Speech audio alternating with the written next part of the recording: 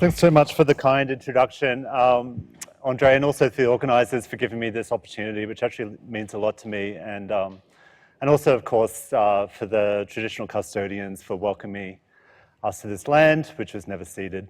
I had promised to talk about science skepticism, but that's not really a great way of describing what I'm going to be talking about. This is what I'll be talking about. It's a miscellaneous group of issues that are probably united by the fact that it's a set of beliefs that lie outside the official canon or the official record of things, the scientific consensus, etc. This is a rare opportunity for me to talk about, in the literature, what they refer to magical beliefs about the future. I've never talked about this before, but my very first research project, actually, as a third-year undergrad psych student, was around clairvoyance. And I've always been interested in the humans, weird and wonderful, leaning into these sort of magical beliefs that lie outside the scientific consensus. It'll take a darker turn, lurching towards things that are of more moral consequence, right? Talking about conspiracy theories, which have been associated with the fueling of extremism, recruiting of terrorism, undermining democracy, supporting authoritarianism, reducing our ability to respond to existential threats as a planet, like the pandemic. And so I'll be talking about global patterns of conspiracy beliefs, but hopefully one lesson that you'll take away from this is that it's not necessarily bad for people to hold conspiracy beliefs, and in certain cultures and contexts that could be seen as a rational or adaptive response to untrustworthy systems. And then I'll talk about climate skepticism, which is what I do most of my research on these days. Obviously, this is one of the existential threats hurtling towards us, and we're not equipped. And so we're going to be looking at global patterns of climate concern and climate skepticism. And then at the end, luckily, because of the theme of the conference, it opened the door wide open for me to riff about this thing that I'm sort of nerdily passionate about right now. It's about Gen AI. I asked that question, curse or savior, in typical academic fashion. The answer will be both, but I'll be kind of riffing about AI as a vector of misinformation, but also as a way of responding to it.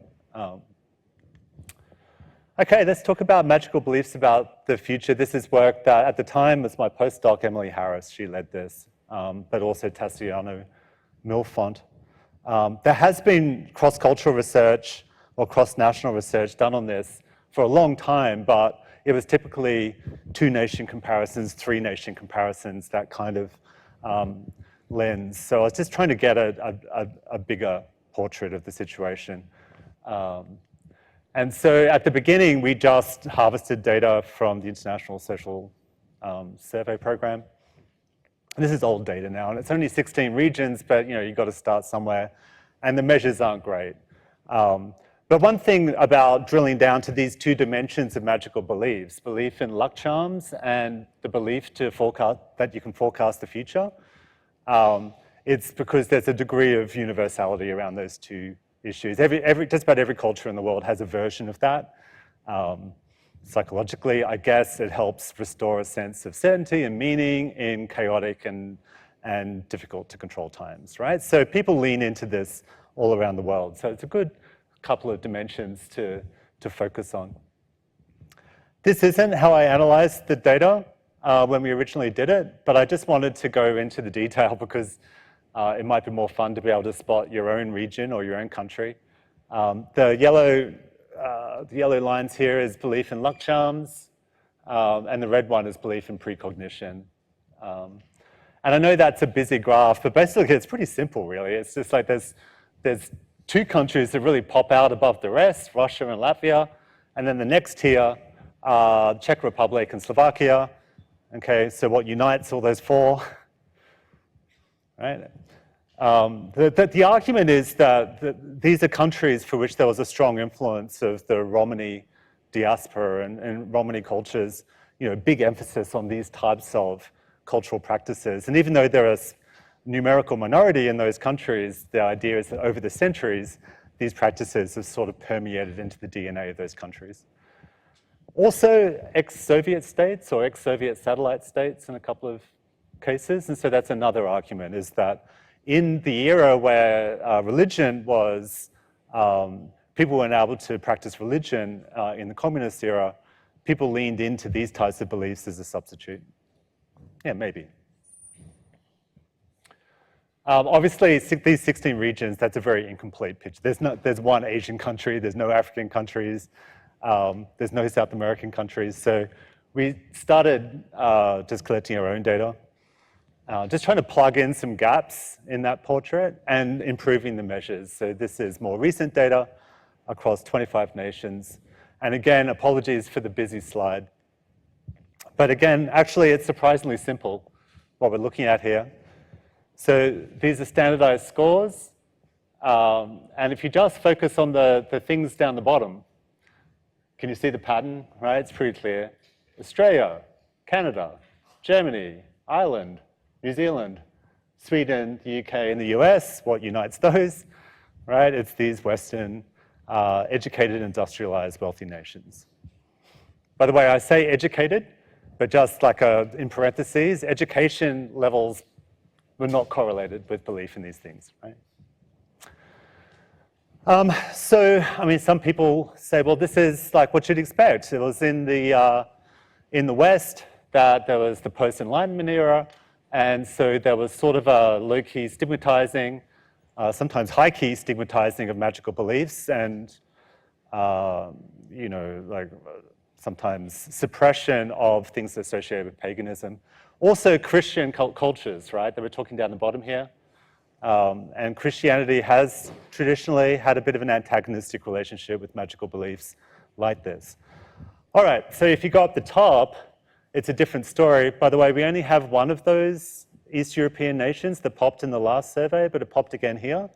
So Poland, again, strong Romani influence, and again, an ex-Soviet satellite. And then there's Portugal, not ex-Soviet, but strong Romani influence. And actually, I think was this, particularly when it came to luck, Portugal popped there. But the other patterns are very obvious. So what have we got here? China, Hong Kong, India, Indonesia. You can see the pattern. You know, the Philippines is strong, Singapore, etc. So the Asian nations, and this is almost the flip side of what I said earlier about Christianity, is that, you know, historically in Asian cultures, and not just Confucian ones, but religious practices around, you know, Confucianism, Buddhism, Hinduism, Islam, all of these practices tended to have less of a competitive way of blending with folk practices, and they sort of blend together in a set of religious practices and folk practices in this sort of joyful tapestry, which, you know, we all enjoy, right? And so this is the pattern. Again, this is a passion project for me. I don't see, there's nothing wrong with any of this. In fact, many people would argue that these magical beliefs help provide social glue and entertainment and a sense of cultural distinctiveness and a sense of meaning and purpose and certainty in uncertain times. But let's now flip to conspiracy beliefs. Before we talk about it, probably good to touch base with the definitions. You can read this faster than I can read it out. I'm actually not going to be talking about individual conspiracy theories. It's very difficult to do cross-cultural research on individual conspiracy theories because they tend to be embedded in socio-historical circumstance. But you can do it on conspiracy mentality, and this is the broader worldview that conspiracy theories happen all the time. All right, so if you have that worldview, you think, this is the way the world works. There's powerful people, they band together, they've got malevolent intentions, they conduct these elaborate hoaxes on the public, and they get away with it. And it's naive to think anything else. If that's you, you're high in conspiracy mentality. It's measured a bunch of different ways. This is one of the measures. And reading that quickly, you can see for yourself, it's not what people think, right? Because we're not talking about any fringe conspiracy theories. And these statements seem quite reasonable, right? If I gave this scale to this room, I'm pretty sure you'd score pretty high on this, right? So it's just a general sense that the system is a little bit rigged, right, by powerful elites that operate in a non-transparent way. And typically, if you look at scores on this from the public, it's above the midpoint. 98%, this is an infographic from a review article I did with some colleagues. 98% of the data on conspiracy theories happens at the individual level. And the vast majority of that has happened in Western countries. And the conclusions from that data, like what makes someone a conspiracy theorist, it's pretty dark. Like there's a real deficit model. Conspiracy theorists are not as cognitively sophisticated, not as analytical. They tend to suffer from clinical disorders more. They have unmet socio-emotional needs. They have dark personalities, etc. So you kind of get this dark portrait of the conspiracy theorist. When you take the individual level, focus in the West. I'm a social identity theorist by training. There's a bit of intergroup stuff that I'm sensitized to, but really, it's only in the last 5 or 6 years that people even looked at these macro level stuff, the structural level things that might shape culture and countries' willingness to engage with conspiracy theories. And so that's what I want to talk about. Obviously, 98% of people do the individual level stuff because the group level stuff is harder, right? You need more resourcing and cooperation. I'm grateful to Brock Bastian from the University of Melbourne for giving us this opportunity. He was collecting data from 36 nations through a conspiracy mentality measure in there. So what you're going to see in a second is those 36 countries. And the higher the country is on this graph, the more conspiracist they are. And I'm curious what your intuitive feelings are about the most conspiracy theorist countries before I show it to you. Right? Anyway, here we go. So like I say, the higher the country, the more conspiracist they are. USA is the poster child for conspiracy theories, and a lot of people think it's like the world capital of conspiracy theories, but the data tends to suggest it's middle of the pack. I've plotted these 36 nations with the x-axis as GDP per capita, not because I expected that to happen, that negative relationship, but because it happened.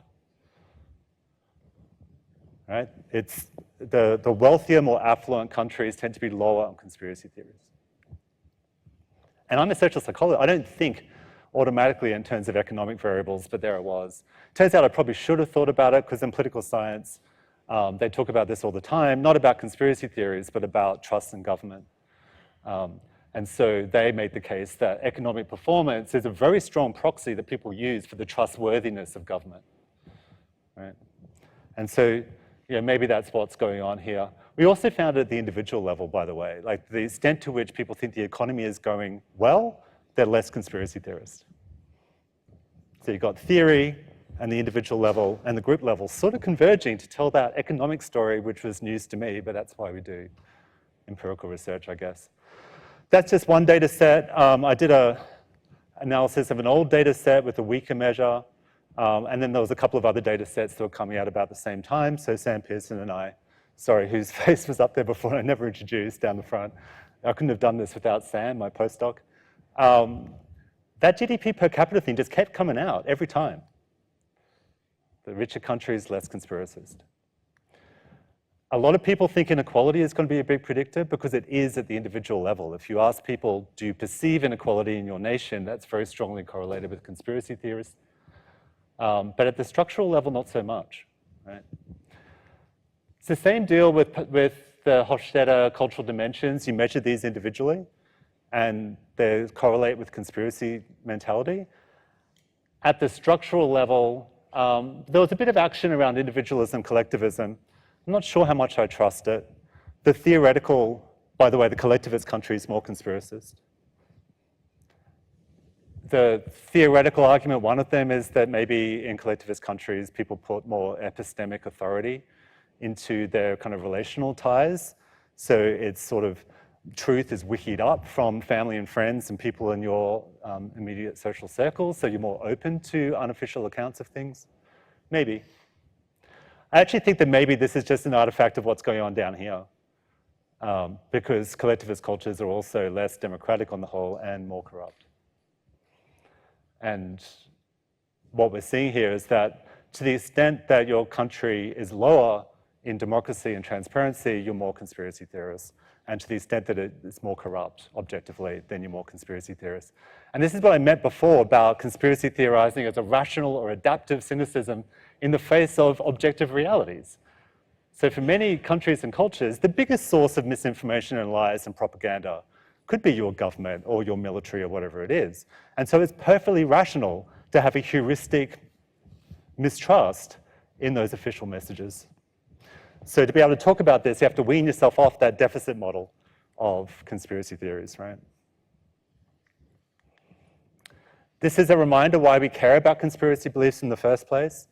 And this is what attuned me to the importance of looking at conspiracy beliefs was when I was doing work on vaccine hesitancy. And these are just correlations between conspiracy mentality and vaccine hesitancy across 25 nations. This blew me away. I'd never seen anything quite like this, because the measure of conspiracy mentality has nothing to do with science or with vaccines. And yet you could predict, in certain countries, you could predict with some certainty how vaccine hesitant people are from knowing if they think that Princess Diana was murdered, or whether they think 9/11 was an inside job. It really shocked me. And I don't know if you spotted the pattern as well, that even though the Western countries aren't particularly conspiracist, the overlap with vaccine hesitancy is particularly strong in those Western countries, for reasons I've got no idea, to be honest. But if you look at the qual data, which is largely collected in these Western nations, what you see is a hypersensitivity towards profit motive, right? Profit motive corrupting everything. This is the big anti-vaxxer argument. It's not crazy. Like, they'll just go, okay, so who's profiting from this again? From these vaccines? Oh, it's Big Pharma. Okay, that's all I need to know. Can't trust the word they're saying. They've got tentacles everywhere. Not crazy. You see that a lot in the West. And you know, I've started to revisit this question when it comes to renewable energy, which is something that I'm focused on now. This is German data. What predicts support for wind farms in Germany? It's nothing to do with the wind capacity of the state. It's nothing to do with education, age, or sex. It's a little bit about political ideology, but it's a lot about conspiracy mentality. People who have the conspiracy mentality are way less supportive of wind farms. And electric vehicles. This paper came out just a couple of weeks ago. There's wild misinformation about electric vehicles, by the way. It's really mainstream. What predicts that misinformation about electric vehicles? It's not really about environmental identity. It's not about education. It's not about how analytical or good at science you are. It's a little bit about political conservatism, but it's blown out of the water by, it's almost like the one thing you need to know about people's views on this. It's the conspiracy mentality. It's sort of changed everything for me. And while we're talking about renewables, obviously that's a segue into talking about climate skepticism. Like I say, existential threat, hurtling towards us, we're nowhere near prepared. Most of the research was done at the individual level, but taking this national level brings you closer, I think, to the structures of the structural aspects and the power aspects that get you closer to the action. Before I rant about climate skepticism, it's good to define it because it is confusing, because it's changing. So what made that term famous was that original wave, probably peaked in the early 2000s, the notion that the temperatures aren't going up. No one believes that anymore. That's dead, that's over. All of those people migrated en masse into that second generation of people who were like, yeah, okay, the temperatures are going up, we can't deny that, but are we really responsible for that? This is actually where Australia is stuck. This is the most recent representative poll I saw from a big polling company. 35% Australians think it's just natural what's going on. That's not taking into account the 11% of people who say, I don't know. And if that seems shocking or depressing, one reassurance is that Australia is sort of a world leader on this type of skepticism, along with America. And I'll explain why, right, in a second. Most people around the world are probably somewhere in this third generation of climate skeptics, and it's much more difficult to spot because they agree that the temperatures are going up and that humans are responsible, but they're like, you know, is it going to be that bad? The scientists, aren't they just exaggerating all this? Maybe all this decarbonization stuff and all the pain we're going through, that's worse than climate change itself. Or, you know, that climate change policy or that renewable energy technology, you know, maybe we need to take a second look at that. Is it really that effective? So a whole bunch of miscellaneous views that sort of converge around the notion we don't need to change. Okay, some people call this discourses of delay. You say whatever it takes to say, I'm happy with the status quo. This is a meta-analysis of what predicts people's belief in climate change. This is me and my colleagues waving our hands around hundreds of studies. Just correlations I'm reporting here. What popped was ideology. Some people call them cultural values, but where do you stand on the rights of the individual and the freedom of the individual versus the strength of the collective? Individualists, less on board with the science. Do you think hierarchies of status and power are just normal and natural parts of life? Or are you more egalitarian? Hierarchical people, less on board with the science. Free market ideologues, less on board with the science. The explanation for this is what we call solution aversion, right? This is the cluster of ideologies typically associated with conservatism that's suspicious of big government, doesn't believe that government has the right to incurb on our individual liberties and the markets, right? And if you have that worldview, and many people do, climate science is sort of a nightmare when you think about it, because it does imply a big government response that will curb our ability to behave exactly the way we want as individuals, and will involve regulation of the markets. And so for some people, that's not just annoying, that's moral anathema, right? And so if the solution is toxic to you, the overwhelming temptation is to reject the science that implies the solution. So that's why these ideological variables that make no reference to science or climate outpredict things you would expect to be pretty proximal, right? Like, have you experienced floods and droughts? Are you educated? Are you good at science? These people are more on board with the climate science, but not that much. It's a much smaller predictor. You see that with the demographic predictors as well. This is from the same meta-analysis. Okay, if there's one thing you need to know about climate skeptics is they vote conservative. And so some people look at that and they're like, well, maybe there's something inherent to being conservative that make people like this, closed-mindedness or rigidity of thought that case is made. I don't buy that, right? Because I don't think history or the data tell us that. There's nothing inherent to being conservative that makes people climate skeptical. They had to be told. They had to be trained. And probably the best description of this process came from this book by an historian from Harvard and an historian from NASA.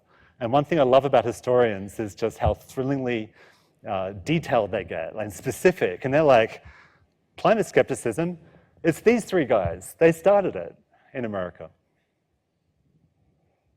They're scientists. They're not climate scientists, by the way. They were sort of like, they were physicists, but also kind of celebrity scientists to a degree. Extremely anti-communist. And they saw environmentalism as a Trojan horse towards Marxism, right? So anything that they're picking holes in environmental science everywhere, including the climate science, probably shouldn't have been that much of a threat because it's just three guys who aren't even climate scientists. But those voices, those minority voices, were amplified, right? By a thick layer of conservative and libertarian think tanks who were funded by conservative and libertarian philanthropists, as well as by the fossil fuel industry back in the day when they would cheerfully admit to this stuff. And then the whole pro-big business, anti-big government rhetoric catches the ear of the conservative politicians, and then those voices are amplified by conservative media, and before you know it, you get this sort of semi-coordinated, semi-organized, but highly funded campaign of misinformation, coaching conservatives about climate scientists and spreading the lie that the science is not yet in when it was. And it was an incredibly effective campaign. It's good to go back in history sometimes. This is a representative poll of what Americans thought about climate science in 1997. It's a question that could be considered a proxy for belief in climate change. You couldn't tell how people voted in America in 1997 on the basis of their views on climate change. That wasn't a thing. This is actually, if anything, an education story, right? The more educated people are more aware of the scientific consensus. So in a second, I'm going to show you more representative polls asking exactly the same question in America, but 15 years later. Right, totally different story. Now you absolutely can tell how people vote in America based on their views on climate change. And actually look at the education story. Because you hear this a lot, it makes sense. Education is the answer because education trumps ideology. Education means that we harmonize around a set of facts. And look what happened. This is one of the most robust effects in America for a long, long, long time. The most polarized people are the most educated. Okay, it's a cautionary tale about just presuming education is the answer. Anyway, these are the 15 years where everything changed. It's the 15 years climate science got drawn into the culture wars, didn't belong there, but it's there, it's hard to get out. Now, for a room like this, you're probably thinking, well, hang on, isn't that just an American story? Do we need to think about this outside America? And it's a good question. The meta-analysis was 50% US data. That was crazy. Anyway, so we collected our own data in 25 countries. These are correlations, again, between political conservatism and climate skepticism. The vertical dotted line is 0. And so you see America down the bottom there is an outlier, actually. That 0.44 correlation is by far the strongest. Australia was the second strongest. There's a handful of other countries where you can see the relationship there, but I guess one message from this is that for 3/4 of the countries there wasn't a relationship, not in our relatively underpowered surveys, but there's variation. And so that raises the question, why? Why are some countries more polarized around climate change than others? And so we waved our hands around that data, and there was really only one answer, and that was a nation's per capita carbon emissions. The higher a nation's per capita carbon emissions, the stronger the relationship between political conservatism and climate skepticism. And this is important to remember, what's behind that metric of per capita carbon emissions. It's not about consumption so much. It's a very small amount about consumption. It's overwhelmingly about production. In other words, it's a proxy for how strong the fossil fuel industry is in that country, which is a proxy for vested interests, right? Now, obviously, I can't prove it, but the circumstantial case is obvious. It's only when the stakes are high economically and there's vested interests about maintaining the status quo that they bother investing in these campaigns of misinformation, coaching conservatives what to think about climate change. If the stakes are low economically, you don't have strong fossil fuel industry, then why bother, right? And you don't see it.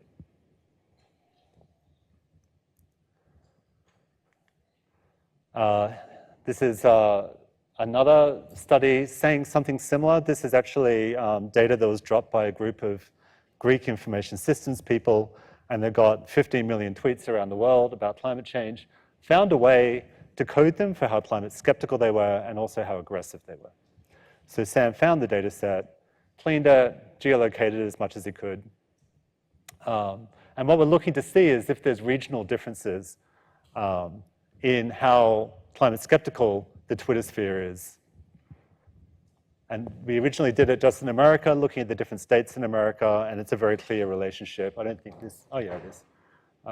The higher the per capita carbon emissions of the state, the more climate skeptical the Twitter sphere is, but also the more aggressive the discourse is, right? Very culture warsy. This is controlling for education in the state, controlling for wealth, and how they voted in the previous election. So it's not just a blue state, red state thing. So that was just within America. We also found the same deal internationally. So again, building that circumstantial case around the role of vested interests. That's controlling for affluence. So in those two data sets I showed you, it was really per capita carbon emissions, but in some other data sets, actually wealth seems to predict better than per capita carbon emissions. And I want to pause on the wealth thing, which is popping up, right, in each of these three things. I'm going to pause on the wealth thing because it's interesting theoretically. And a lot of people, when they talk about affluence around climate change, go back to Inglehart's stuff on post-materialism. So Inglehart was trying to explain why back in the day, in the 50s and 60s and 70s, that first wave of social, like civil rights movements, feminism, environmentalism, why did that start in the richest countries and then radiate across the planet from there? And Inglehart's hypothesis was inspired by Maslow's hierarchy of needs. The poorer countries are too busy putting food on the table and warding off famine. They have to meet their survival needs, and they don't have the luxury of focusing on these higher order justice needs and higher order principles like environmentalism. Right? That's often applied to climate change. It probably shouldn't be. This theory was not devised in a climate change era. The obvious counterpoint, which Sam and I have talked about, is it is ridiculous to think of climate change as anything other than a survival need. This is not a luxury issue that you attend to when your survival needs are met. It is a survival need. We call it an existential threat because we're talking about death. When you're talking about famine, you're talking about death. When you're talking about floods, when you're talking about mass human displacement, when we're talking about water wars, we're talking about large-scale death. This is a survival need. And who is aware of that more than anyone? The poorest nations. Because let's face it, even though the richer nations like Australia are producing the problem, we have less skin in the game. We have the wealth to adapt to climate change in a way that the poorer nations don't. So they're objectively more precarious, right? It's an empirical question, obviously, totally competing hypotheses about the role of nation-level wealth on climate concern. To help referee this is again, Sam Pearson found this. This is also Maya Kutlicher doing work on this. Meta actually did a bunch of surveys on Facebook a few years back, and they got hundreds of thousands of people from all these different countries, and some of the questions around climate change. And this one is looking at climate concern. And I mean, I don't have to tell you the trend there, it's very clear. Like, it's the richer countries that are less concerned about climate change. The poorer countries are more concerned. So this is the opposite of the post-materialist hypothesis. And also, it's interesting to reflect on it because, you know, like in that stuff on magical beliefs, it was the wealthy countries that were oh so rational, right? And then the stuff on conspiracy theorists, the wealthier countries oh so rational. Except when there's money involved and power and vested interests, and then suddenly the richer countries are full of emotion and ideology and motivated reasoning. When you look at willingness to engage in collective action around climate change, the effect is even stronger. It's actually a wild effect. And so the poorer countries say they're more willing to engage in collective action around climate change, inverting paternalistic notions of who are the agents of change around climate change and who are the victims. The poorer countries here are showing plenty of agency. And this is just one more story around the same thing. You know how I was saying before, actually the polarization is quite a contained thing. There's just a handful of countries who have that polarization. That was true back when we collected that data in 2016 or 2017. Actually, it's not so true anymore. Since COVID, this last 5 years, it's ballooning around the world. You could tell that because Gabriela Charnik spent all the time gathering data from all these massive international surveys that have been collecting the same measures for 30 years. And you can see this increasing polarization. But what she was interested in looking at is why. And there was a bit of a per capita carbon emissions story, but it was more of an affluence story, both cross-sectionally at any one time. Richer countries are more polarized. And longitudinally. There's amazing work she did. As countries got richer over time, they became more polarized. And it kind of gets you thinking about this whole post-materialism thing, this notion of climate change being a luxury issue. Well, maybe that's sort of true in rich countries.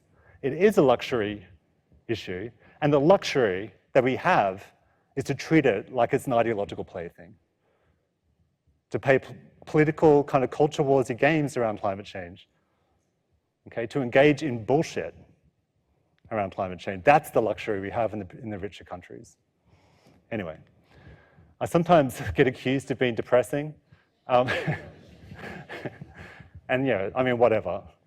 I don't think it's my role as a scientist not to be depressing. I just have to be accurate, right? Like that, we're just got to prepare ourselves for whatever it is that's out there. But there's a lot of depressing stuff that's out there. And sometimes people throw in Gen AI as part of that misery list, which for good reason, because Gen AI has been used to produce misinformation at scale every day, to promote warfare, to promote propaganda, to reduce our ability to respond. And it's doing it at scale in every language on the planet, in a way that's micro-targeted to you on social media. That's obviously a massive problem.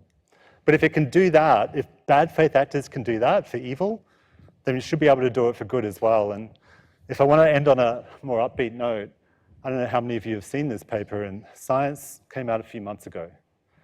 In this paper, it was very simple. They just got people to nominate their favorite conspiracy theory, and then they had this 3-round conversation with ChatGPT talking about that conspiracy theory.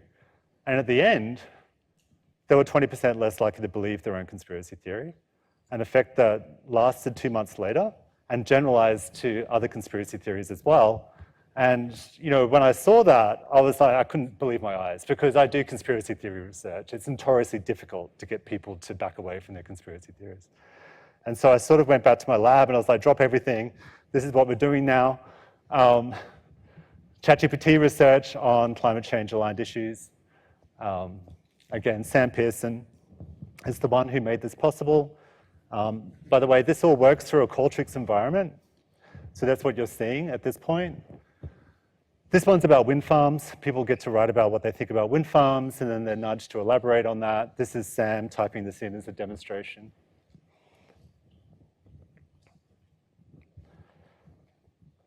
Okay, so what you'll see in a second is that the AI will paraphrase their views, because people write somewhat chaotic views. The AI paraphrases it in a coherent way. And they say, is this what you're trying to say? And then they say, okay, how confident do you believe in that attitude? So what we're trying to look at is a reduction in the extent to which people are confident in their anti-wind farm views, or their anti-EV views, or their climate skeptical views. So that's done in a Qualtrics environment. At this point, Qualtrics is communicating with ChatGPT. So at this point, what they get is exactly what you'd get if you were doing this at home. It's a naturalistic study. So Sam had typed in, look, I think I hate the look of them and they kill birds, etc. So it just goes through one by one and starts trying to respond to that, right? Around the aesthetic impact, the impact on wildlife, the health concerns which Sam raised, and then contextualizes it with the broader advantages of wind energy. The most common response I get when I talk about this research is, won't the AI just reproduce all the misinformation and conspiracy theories and lies that are on the internet that it's drawing from in the first place? The answer is no. We've collected over 10,000 participants, and we fact-checked them, and it's impeccable. We don't know why, but for whatever reason, it does not reproduce misinformation, so you can move on from that, right? And just look at what the effect is. Remember, it's a conversation. So Sam's like, what, you're admitting it kills birds? How can you justify that? And so then it goes through and it responds to that as well. And it's like, well, yeah, it kills birds, but keep it in perspective. Lots of things kill birds. It doesn't kill as many birds as cats, for example, or as tall buildings. And it doesn't kill as many birds as climate change kills birds. Right? And they're trying to do all this stuff to reduce the impact on birds. And if you want to know more, you do this. Okay? So that goes on for a bit. I'm going to just move on now and cut to the chase. What we're looking for is big scores here. This is the reduction in confidence in the initial attitude. On the left is the Science paper with a 20% reduction, and we never got anything like that. But that's not surprising, because actually in the Science paper, they cheated a bit. They back-end coded the AI, and they were like, you're going to be talking to a conspiracy theorist. Try and persuade them they're wrong, right? So it's not particularly naturalistic, whereas we didn't want to do that. And look, information interventions are notoriously weak on certain controversial science issues. So to get 15% reductions for EV skepticism, nearly 10% for wind farms is impressive. It wasn't as strong for vaccine skepticism, but actually, when I looked at the literature, I couldn't find a single study that showed a successful effect of an informational intervention on vaccine skeptics. Right? To show even a weak effect there is impressive. The weakest effect was on the notoriously difficult to move around climate skepticism one. But, just to wind up, for the first time in my freaking career in the last 15 years, I'm actually excited, because I'm like, something works and it's accessible and scalable. If I had to go back in time and invent a magic communication tool, it would be this, right? It's currently more or less free, interactive, tailored to every individual's concerns. Can you imagine, right? It's engaging. It's multilingual, right? It's authorless. And when I first saw that conspiracy theory paper in Science, I was convinced that that was the secret, because try giving evidence to conspiracy theorists. They're like, oh, who are you again? Oh, you're an academic, or you're the government, or you're a corporation. Okay, of course you would say that, right? So the source dismantles the message, but here it's like sort of authorless. Who's writing this? No one. It knows just about everything, and it's crazy socially skilled. The way it talks to difficult people is astonishing, and I don't know how it does that. I get how it knows everything, I just don't know how it's such a good communication scholar. But before I come across as a fanboy of ChatGPT, like obviously there's concerns. There's open concerns about its cultural sensitivity. It's hard for me to know exactly how realistic those concerns are, but also its fidelity in like more minority languages, right? It is trained on an English corpus. So the rarer the language, probably the less competent ChatGPT is and other large language models. I don't know if that's a big problem or a small problem yet. I think that the jury's still out. It leaves a big carbon footprint, so obviously there's an irony about trying to respond to climate change using something that leaves a big carbon footprint. It is a profit-driven industry that's run by people who aren't regulated and don't show transparency, and some of whom have got dubious commitments to democracy. Obviously that's a problem. And also, I just wonder if we're in some kind of honeymoon phase at the moment, like we did in the early days of the internet. But give it a few years, and there's probably going to be large language models for conservatives and large language models for conspiracy theorists, and you can choose your own adventure, and we're back to the echo chamber problem that the internet suffers from. But I had promised to try and finish on an upbeat note, so I'll finish there. Like, it's all an empirical question. We'll see how we go. Thanks for your time. And just again, shouting out all the people who made this possible in the Net Zero Observatory. Thank you.